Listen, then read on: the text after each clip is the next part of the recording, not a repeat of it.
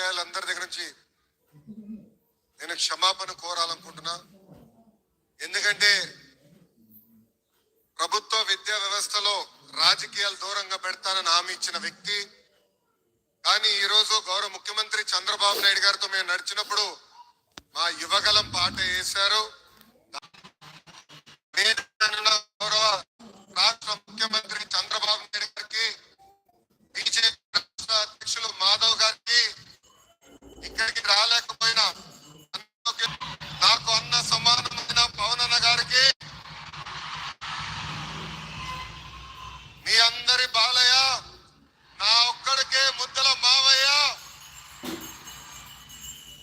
గౌరవ బాలయ్య బాబు గారికి, ఈ సమావేశానికి విచ్చేసిన మంత్రులకు, ఎమ్మెల్యేలకు, అదే విధంగా మెగా డిఎస్సిలో షైనింగ్ స్టార్స్ అందరికీ పేరు పేరున నా హృదయపూర్వక నమస్కారాలు. ఇంట్లో మొదటి గురువు అమ్మ, హెడ్ మాస్టర్,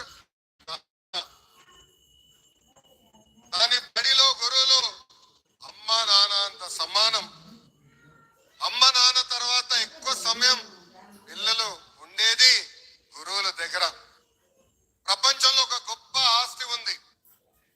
ఆ ఆస్తి ఎవరు మన దగ్గర నుంచి తీసుకెళ్లేరు, దాంట్లో వాటా అడగలేరు, లేదంటే దొంగలు ఇంట్లో పడి ఆ ఆస్తిని దోచుకోలేరు. ఆ ఆస్తి ఏంటి? ఆ ఆస్తి ఏంటి? విద్య. అలా పవిత్రమైన ఆస్తి పిల్లలకి అందించబోయే ఇక్కడ గురువులందరికీ పేరు పేరున నా హృదయపూర్వక నమస్కారాలు. ఒక గురువుకి తక్కిన గొప్ప గౌరవం గురించి ఒక్కసారి చెప్పాలి. కరెక్ట్ గా అక్టోబర్ 3, 1996లో ఆనాటి రాష్ట్రపతి శంకర్ దయాళ్ శర్మ గారు ఒమాన్కి వెళ్లారు.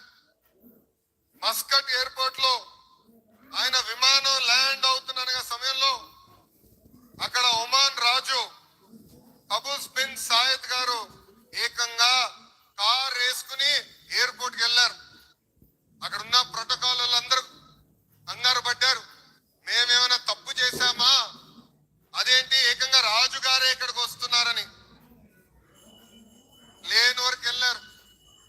శంకర్ దయాళ్ శర్మ గారు దిగిన తర్వాత ఆయన కారులో ఎక్కించుకుని రాజు గారు స్వయంగా ఆయన ఇంటికి ఆ కారుని నడుపుకుంటూ తీసుకెళ్లి ఇంటికి తీసుకెళ్లారు. తర్వాత బయటకు వచ్చింది, ఆ రాజు గారు పూణేలో చదువుకున్నారు, ఆయన గురువు శంకర్ దయాళ్ శర్మ గారని.